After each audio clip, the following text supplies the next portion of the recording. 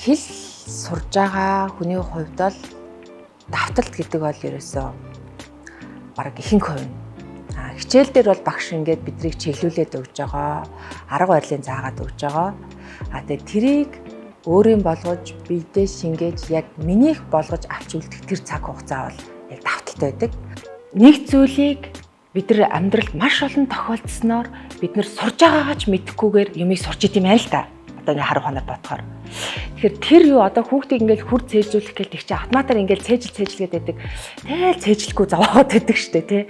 Тэгэхээр тэр чинь амьдрал дээр нь ингээл хэрэглэгдээл маш олон тохиолдол бүр ингээд хизээ сурж байгаагаа ч мэдэхгүй ингэж сурсан зүйл хүнд ингээд айгүй сайн үлдсэн байдаг.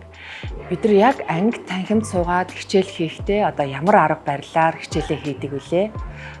Яг л тэр арга барилаа гэрийнхэн давталтан дээр бас ашиглах хэрэгтэй. Тэр нь одоо юу гэсэн үг вэ гэхээр манай сургалтын төв сурдаг хүмүүс л аягүй сайн мэдж байгаа.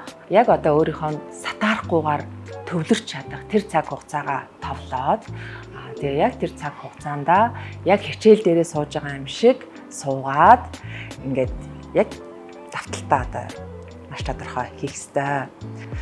Тэр тэр тухайн өдрийн давталтыг хийхгүйгээр дараагийн хичээлд суугаад явах юм бол ерөнхийдөө бараг цагийн ганц болчих гээд ингээд дараач юмаа хүлээж авч чадахгүй бүр ингээд өөрөө тэгээ сүулдэ хүн чинь ингээд нэг идэх хүн байхгүй болоод эрчим нь унаад ингээд явцдаг байхгүй. Тийм болохоор давталтыг бол зайшгүй хийх ёстой.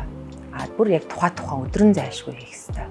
Тэгжээж бид нар ингэж алдахгүйгээр яг нэг хэл сурж байгаа нэг ритм бидэд үүсэж байгаа шүү дээ. Тэрийг алдахгүй ингэж цаашаа явах юм билээ.